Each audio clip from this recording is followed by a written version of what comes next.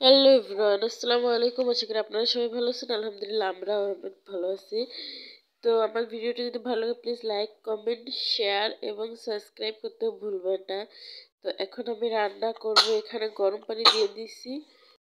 তো এখানে গরম পানি বসিয়েছি। আর এখানে ভাত, এখানে আমি মাংস ভিজাইছি। আর এখানে মশলা আছে, এখানে আছে আদা আর রসুন বাটা। আর এখানে দুধ, তো আমি দুধ দিয়ে মাংস রান্না করব, মানে রোস্টের মতো করে।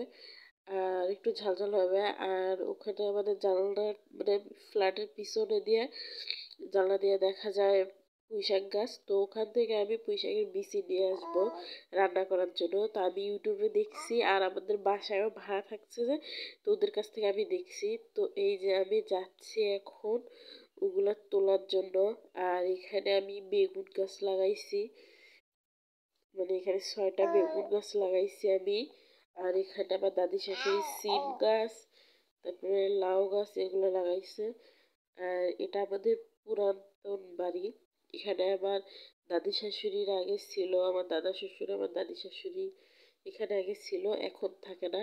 আর এখন আমার দাদি শাশুড়ি থাকে ফ্ল্যাটে, তো 2 তলায় থাকে।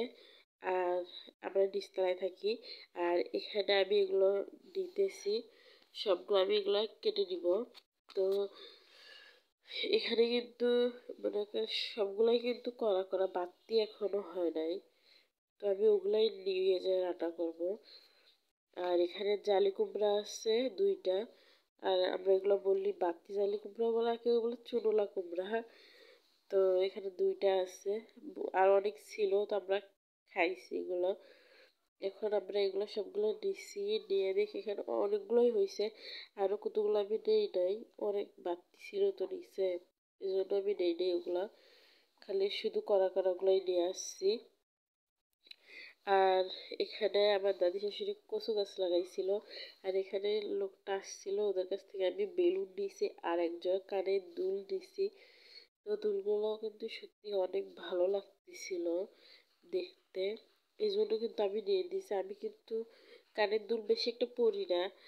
আর এখানে আমি এগুলো বেশি মানে ঢেলে নিছি। আর এখানে অনেকগুলোই কিন্তু হয়েছে। আর এগুলো আমি এখন সুন্দর করে একটা একটা করে বেছে নিব, কারণ এখানে পোকা থাকতে পারে, এই জন্য আমি সুন্দর করে সব কটা বেছে নিব। আর এখানে কিন্তু বাতিও কয়েকটা নিয়ে আসছি, আমি কি দেখি রান্না করে কেমন লাগে প্রথম। তো এই জন্য আমি কয়েকটা নিয়ে আসছি। আর এখন এগুলো সুন্দর করে আমি বেছে ধুয়ে নিব। আর আমার ঠান্ডা লাগছে, এই জন্য ভয়েসটা হয়তো খারাপও শোনা যাইতে পারে, একটু আপনারা মেনে মানে করে নেবেন। আর এখানে আমি টিপে দেখাচ্ছিলাম যে অনেক বাড়তি কিন্তু আছে কয়েকটা এখানে। আর তো এখন আমি এগুলো সবগুলো রান্না করব। আর রান্না করার পরে আপনাদেরকে দেখাবো কেমন হয়েছে। কিন্তু আমি যখন খাইছি রান্না করে, সত্যি এমন একটা বিশ্রী লাগছে, অনেক তিতা ছিল। তো এখানে আমার মাংস রান্না শেষ আর এগুলো রান্না শেষ প্রায়। তো একটুও ভালো লাগে নাই খাইতে, একদম বাজে লাগছে, কেমন যদি তিতা তিতা লাগছে। আমার মনে হয় যে সিদ্ধ করে আগে পানিটা ফেলাই দিলে হয়তো ভালো লাগতো।